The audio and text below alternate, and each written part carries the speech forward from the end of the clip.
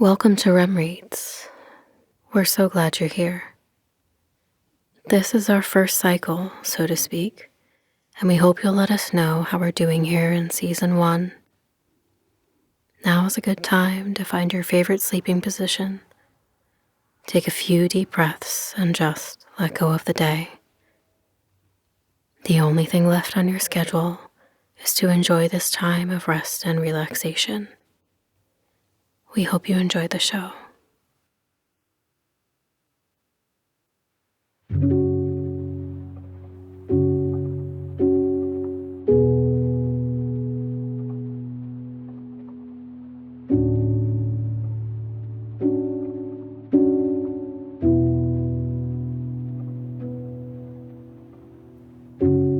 I gaze out the window of a coach bus and cradle the Discman steady in my lap.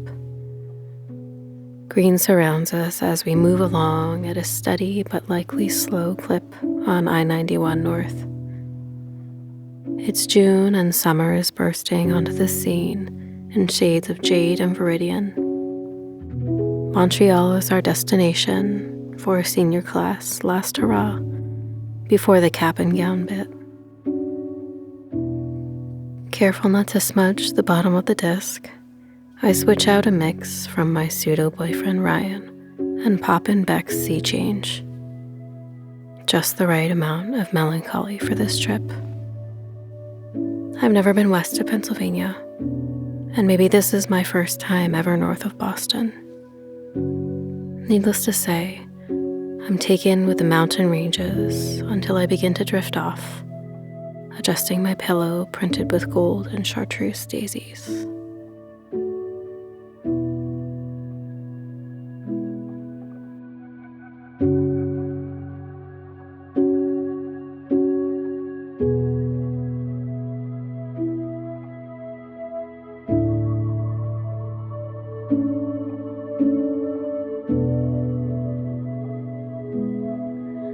A mountain is an elevated portion of the Earth's crust with steep sides that show significant exposed bedrock.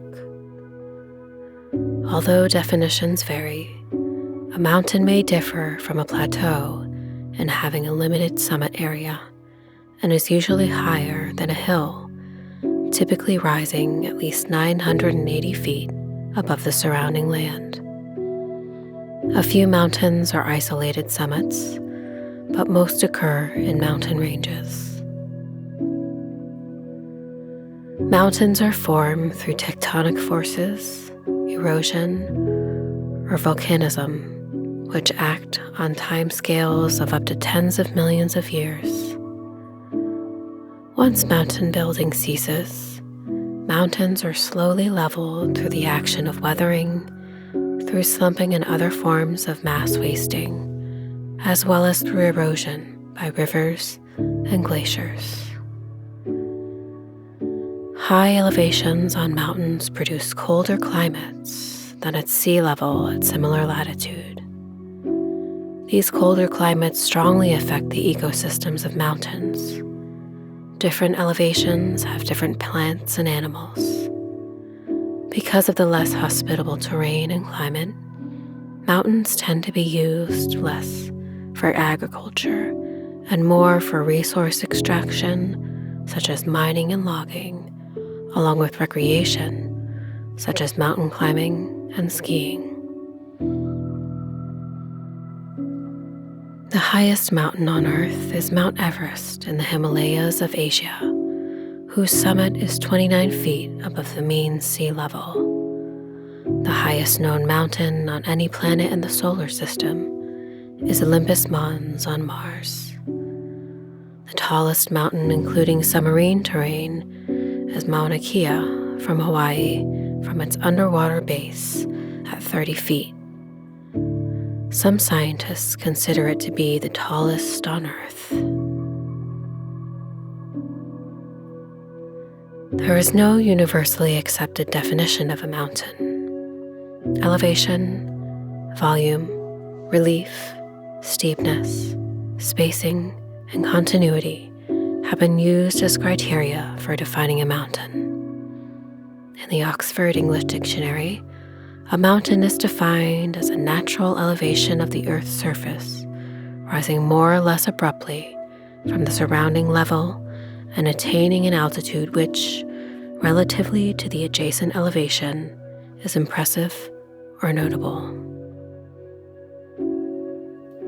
Whether a landform is called a mountain may depend on local usage. John Widow's Dictionary of Physical Geography states, some authorities regard eminences above 2,000 feet as mountains, those below being referred to as hills. At one time, the United States Board on Geographic Names defined a mountain as being 1,000 feet or taller, but has abandoned the definition since the 1970s. Any similar landform lower than this height was considered a hill. However, today, the U.S. Geological Survey concludes that these terms do not have technical definitions in the U.S. There are three main types of mountains: volcanic, fold, and block. All three types are formed from plate tectonics, when portions of the Earth's crust move, crumple, and dive. Compressional forces, isostatic uplift, and intrusion of indigenous matter forces surface rock upward, creating a landform higher than the surrounding features. The height of the feature makes it either a hill or, if higher and steeper, a mountain. Major mountains tend to occur in long linear arcs, indicating a tectonic plate boundaries and activity. Volcanoes are formed when a plate is pushed below another plate, or at a mid-ocean range or hotspot. At a depth of around 60 miles, melting occurs in rock above the slab and forms magma that reaches the surface. When the magma reaches the surface, it often builds a volcanic mountain, such as a shield volcano or a stratovolcano. Examples of volcanoes include Mount Fuji in Japan and Mount Pinatubo in the Philippines. The magma does not have to reach the surface in order to create a mountain. Magma that solidifies below ground can still form dome mountains, such as Navajo Mountain in the U.S. Fold mountains occur when two plates collide. Shortening occurs along thrust faults and the crust is over-thickened. Since the less dense continental crust floats on the denser mantle rocks beneath, the weight of any crustal material forced upward to form hills, plateaus, or mountains must be balanced by the buoyancy force of a much greater volume forced downward into the mantle. Thus, the continental crust is normally much thicker under mountains compared to lower-lying areas. Rock can fold either symmetrically or asymmetrically. The upfolds are anticlines and the downfolds are synclines. In asymmetric folding, there may also be recumbent and overturned folds. The Balkan Mountains are examples of fold mountains. Block mountains are caused by faults in the crust, a plane where rocks have moved past each other. When rocks on one side of a fault rise relative to the other, it can form a mountain. The uplifted blocks are block mountains. The intervening dropped blocks are termed graben. These can be small or form extensive rift valley systems. This kind of landscape can be seen in East Africa, the Rhine Valley, and the Basin and Range province of Western North America. These areas often occur when the regional stress is extensional and the crust is thinned. During and following uplift, mountains are subjected to the agents of erosion, water, wind, ice, and gravity, which gradually wear the uplifted area down. Erosion causes the surface of mountains to be younger than the rocks that form the mountains themselves. Glacial processes produce characteristic landforms, such as pyramidal peaks and bowl-shaped cirques that contain lakes. Plateau mountains, such as the Catskills, are formed from the erosion of an uplifted plateau. Climate in the mountains becomes colder at high elevations due to an interaction between radiation and convection. Sunlight in the visible spectrum hits the ground and heats it. The ground then heats the air at the surface. If radiation were the only way to transfer heat from the ground to space, the greenhouse effect of gases in the atmosphere would keep the ground at roughly 140 degrees Fahrenheit, and the temperature would decay exponentially with height. However, when air is hot, it tends to expand, which lowers its density. Thus, hot air tends to rise and transfer heat upward. The effect of the climate on the ecology at an elevation can be largely captured through a combination of amount of precipitation and the biotemperature, as described by Leslie Holdridge in 1947. Biotemperature is the mean temperature. All temperatures below 32 degrees Fahrenheit are considered to be 0 degrees Celsius. When the temperature is below 0 degrees Celsius, plants are dormant, so the exact temperature is unimportant. The peaks of mountains with permanent snow can have a biotemperature below 34.7 degrees Fahrenheit. The colder climate on mountains affects the plants and the animals residing on mountains. A particular set of plants and animals tend to be adapted to a relatively narrow range of climate. Thus, ecosystems tend to lie along elevation bands of roughly consistent climate. This is called altitudinal zonation. In regions with dry climates, the tendency of mountains to have higher precipitation as well as lower temperatures also provides for varying conditions, which enhances zonation. Some plants and animals found in altitudinal zones tend to become isolated since the conditions above and below a particular zone will be inhospitable and thus constrain their movements or dispersal. These isolated ecological systems are known as sky islands. Altitudinal zones tend to follow a typical pattern. At the highest elevation, trees cannot grow, and whatever life may be present will be of the alpine type, resembling tundra. Just below the tree line, one may find subalpine forests of needle-leaf trees, which can withstand cold, dry conditions. Below that, montane forests grow. In the temperate portions of the earth, these forests tend to be needle-leaf trees, while in the tropics, they can be broadleaf trees growing in a rainforest. The highest known permanently tolerable altitude is at 19 feet. At very high altitudes, the decreasing atmospheric pressure means that less oxygen is available for breathing, and there's less protection against solar radiation. Mountains are generally less preferable for human habitation than lowlands because of harsh weather and little level ground suitable for agriculture.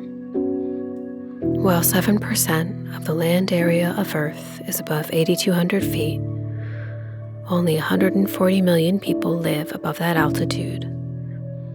About half of mountain dwellers live in the Andes, Central Asia, and Africa. With limited access to infrastructure, only a handful of human communities exist above 13,000 feet of elevation.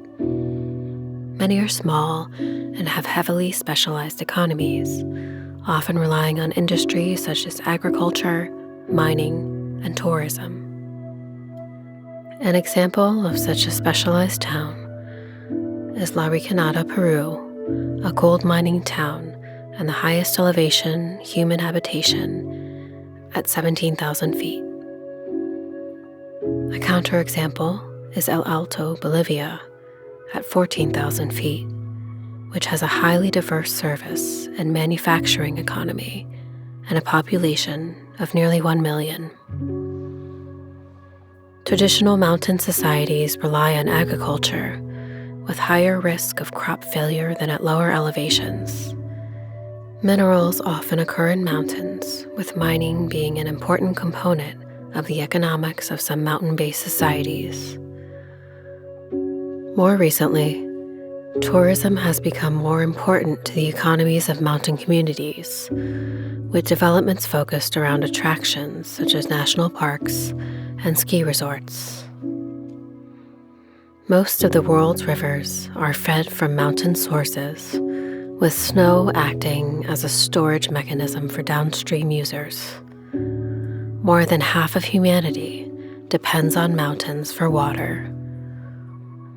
In geopolitics, mountains are often seen as natural boundaries between polities. Mountaineering, mountain climbing, or alpinism is a set of outdoor activities that involves ascending mountains. Mountaineering-related activities include traditional outdoor climbing, skiing, and traversing that have become sports in their own right. Indoor climbing, sport climbing, and bouldering are also considered variants of mountaineering by some, but are part of a wide group of mountain sports. Unlike most sports, mountaineering lacks widely applied formal rules, regulation, and governance. Mountaineers adhere to a large variety of techniques and philosophies when climbing mountains. Numerous local alpine clubs support mountaineers by hosting resources and social activities. A federation of alpine clubs, the International Climbing and Mountaineering Federation, is the International Olympic Committee recognized world organization for mountaineering and climbing. The consequences of mountaineering on the natural environment can be seen in terms of individual components of the environment: land relief, soil, vegetation, fauna, and landscape, and the location or zone of mountaineering activity, hiking, trekking, or climbing zone. Mountaineering impacts communities on economic, political, social, and cultural levels, often leading to changes in people's worldviews influenced by globalization, specifically foreign cultures and lifestyles. Mountains often play a significant role in religion. There are, for example, a number of sacred mountains within Greece, such as Mount Olympus, which was held to be the home of the gods. In Japanese culture, volcano of Mount Fuji is also held to be sacred, with tens of thousands of Japanese ascending it each year. In Ireland, pilgrimages are made up the 4,000-foot Mount Brandon by Irish Catholics. The Himalayan peak of Nanda Devi is associated with the Hindu goddesses Nanda and Sunanda. It has been off limits to climbers since 1983. Mount Ararat is a sacred mountain, as it is believed to be the biblical landing place of Noah's Ark. In Europe, and especially in the Alps, summit crosses are often erected on the tops of prominent mountains. Heights of mountains are typically measured above sea level. Using this metric, Mount Everest is the highest mountain on Earth at 29,000 feet. There are at least 100 mountains with heights over 23,000 feet above sea level, all of which are located in Central and Southern Asia. The highest mountains above sea level are generally not the highest above the surrounding terrain. There is no precise definition of surrounding base, but Denali, Mount Kilimanjaro, and Nanga Parbat are possible candidates for the tallest mountain on land by this measure. The highest mountains are not generally the most voluminous. Mauna Loa is the largest mountain on Earth in terms of base area and volume. Mount Kilimanjaro is the largest non-shield volcano in terms of both base area and volume. The highest mountains above sea level are also not those with peaks farthest from the center of the Earth, because the figure of the Earth is not spherical. Sea level closer to the equator is several miles farther from the center of the Earth.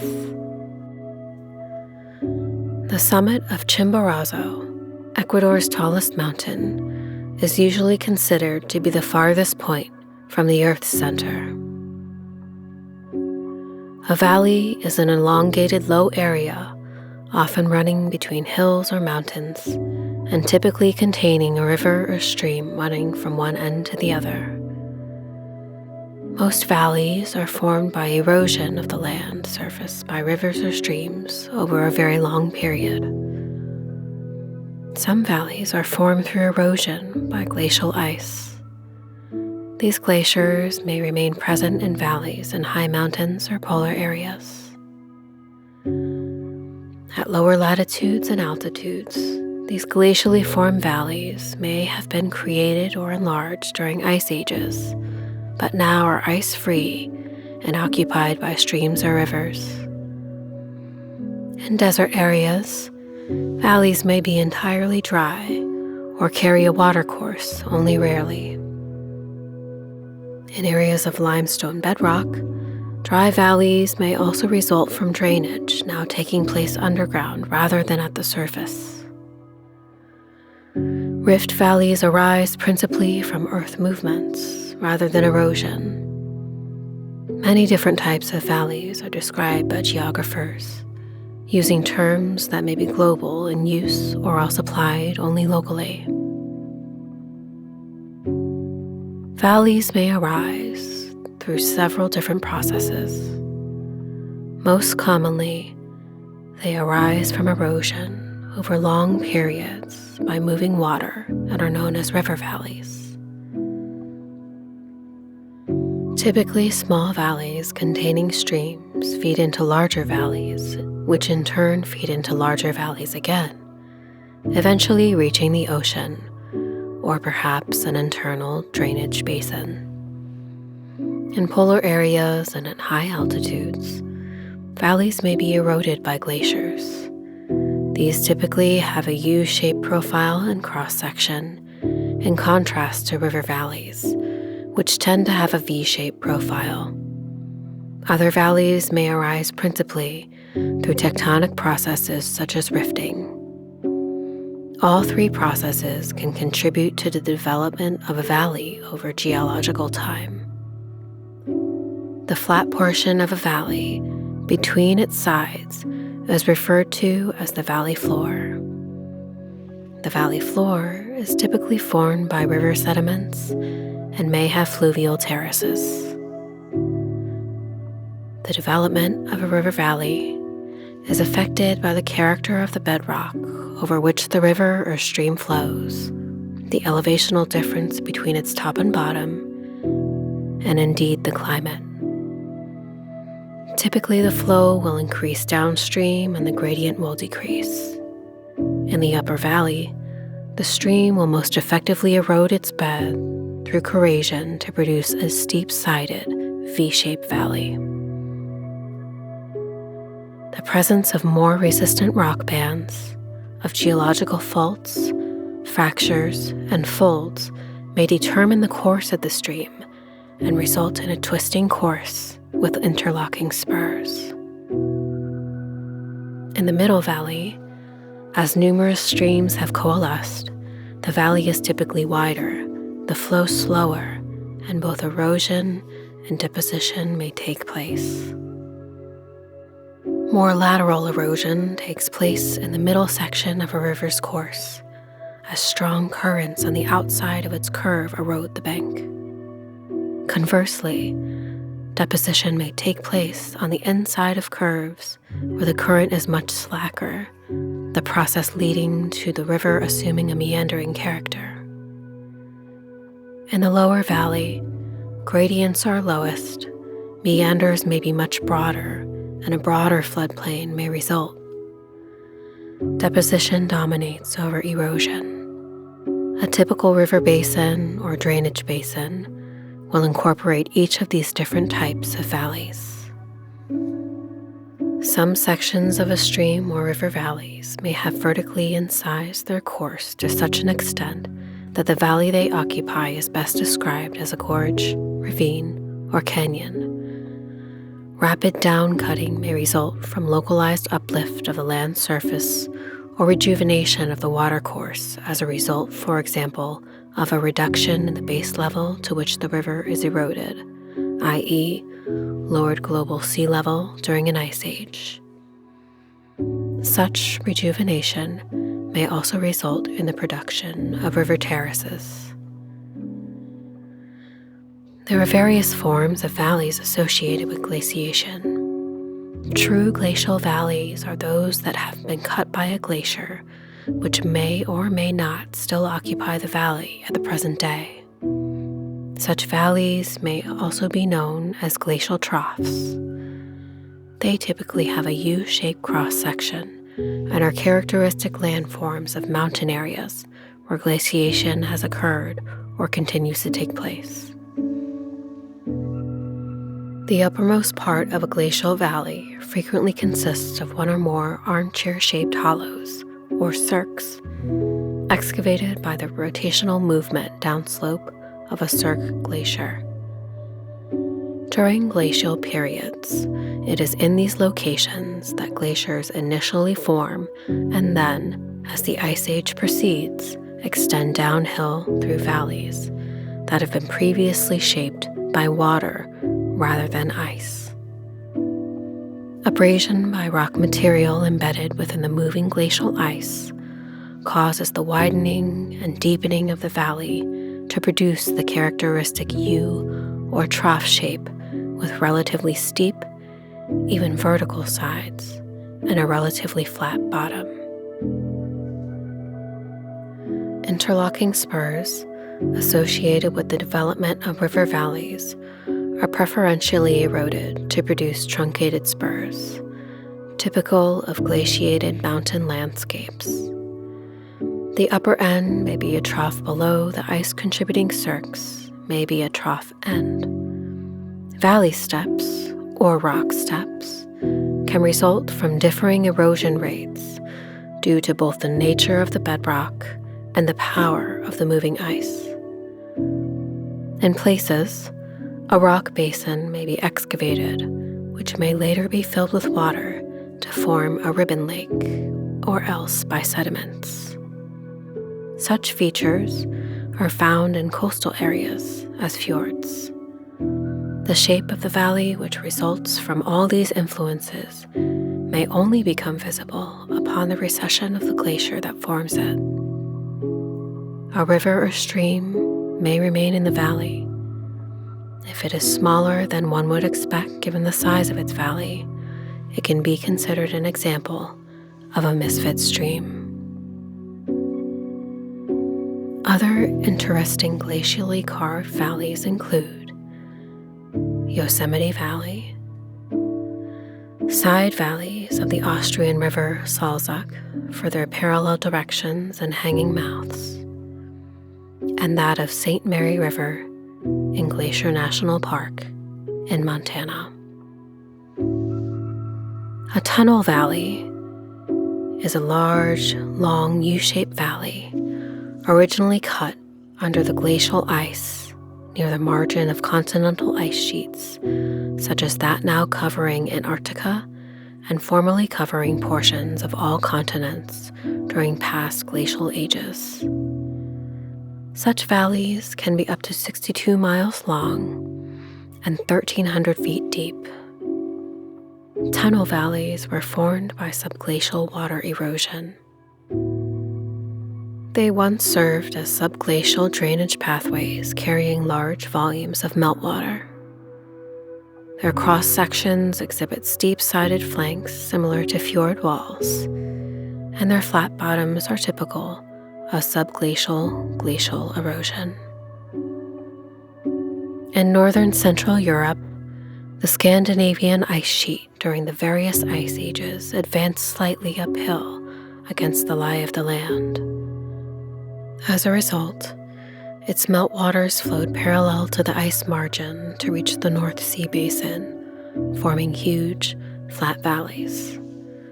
Unlike the other forms of glacial valleys, these were formed by glacial meltwaters. Depending on the topography, the rock types, and the climate, a variety of transitional forms between V, U, and plain valleys can form. The floor or bottom of these valleys can be broad or narrow, but all valleys have a shoulder.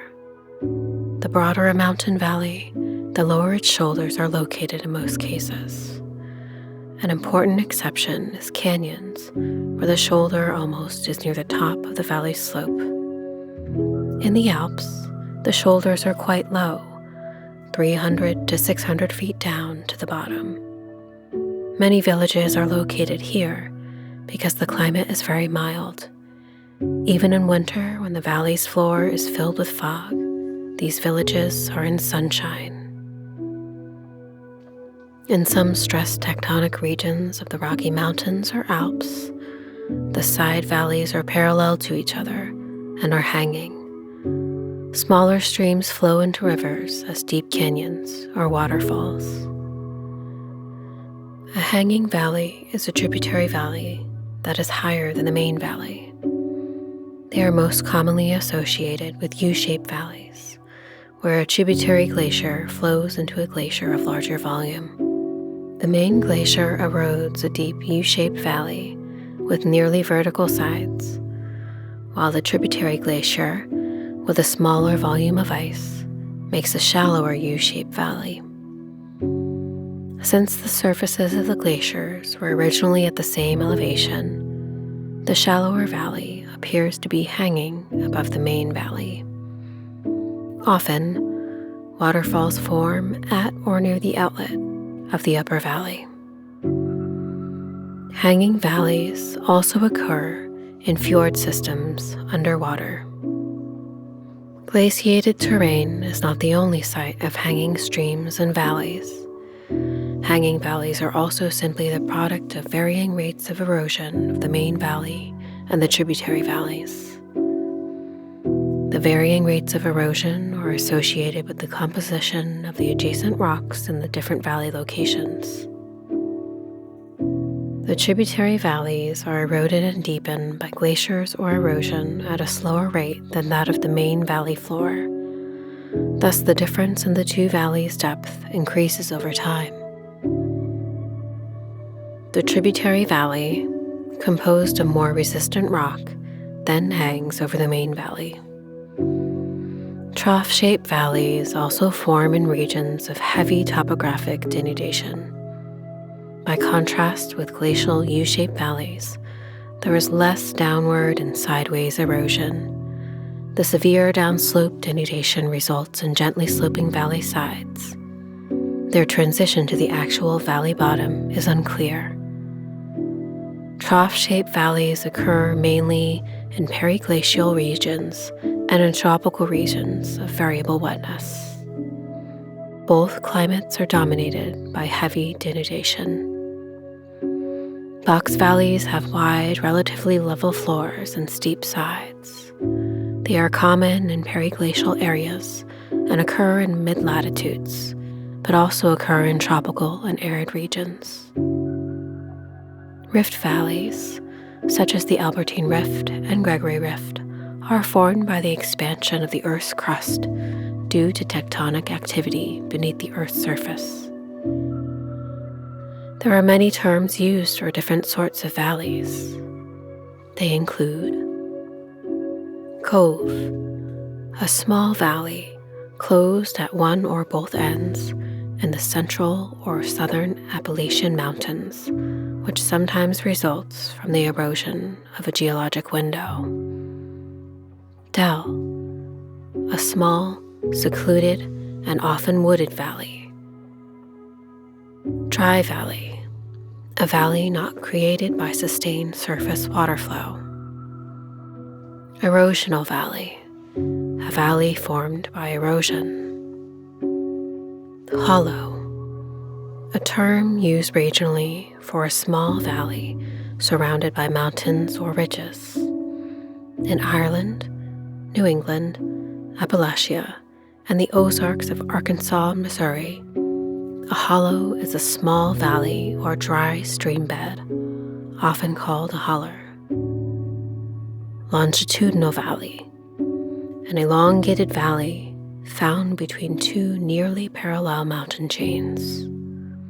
Steephead Valley, a deep, narrow, flat-bottomed valley with an abrupt ending.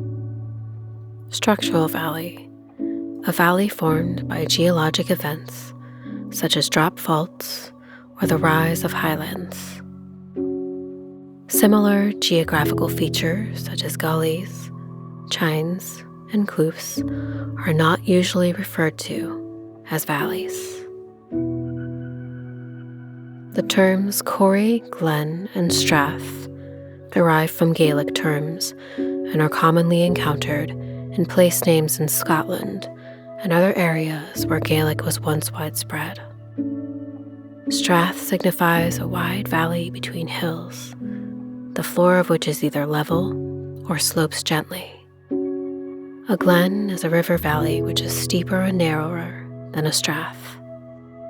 A corrie is a basin-shaped hollow in a mountain. Each of these terms also occurs in parts of the world formerly colonized by Britain. Corrie is used more widely by geographers as a synonym for a glacial cirque, as is the word borrowed from Welsh. The word dale occurs widely in place names in the north of England and to a lesser extent in southern Scotland. As a generic name for a type of valley, the term typically refers to a wide valley, though there are many much smaller stream valleys within the Yorkshire Dales which are named dale. Other terms for small valleys such as Hope, Dean, Slade, Slack, and Bottom are commonly encountered in place names in various parts of England, but are no longer in general use as synonyms for valley. The term vale is used in England and Wales to describe a wide river valley, usually with a particularly wide floodplain or flat valley bottom. In southern England, vales commonly occur between the outcrops of different relatively erosion-resistant rock formations, where less resistant rock, often claystone, has been eroded. An example is the Vale of White Horse in Oxfordshire. Some of the first human complex societies originated in river valleys, such as that of the Nile, Tigris-Euphrates, Indus, Ganges, Yellow River, Mississippi, and arguably the Amazon. In prehistory, the rivers were used as a source of fresh water, fish, and game, as well as a place to wash and a sewer. The proximity of water moderated temperature extremes and provided a source for irrigation, stimulating the development of agriculture. Most of the first civilizations developed from these river valley communities. Settlements within valleys are influenced by many factors, including the need to avoid flooding and the location of river crossing points. Numerous elongate depressions have been identified on the surface of Mars, Venus, the Moon, and other planets and their satellites, and are known as valleys. Deeper valleys with steeper sides, akin to canyons, on certain of these bodies are known as chasmata. Long, narrow depressions are referred to as fossae. These are the Latin terms for valley, gorge, and ditch, respectively.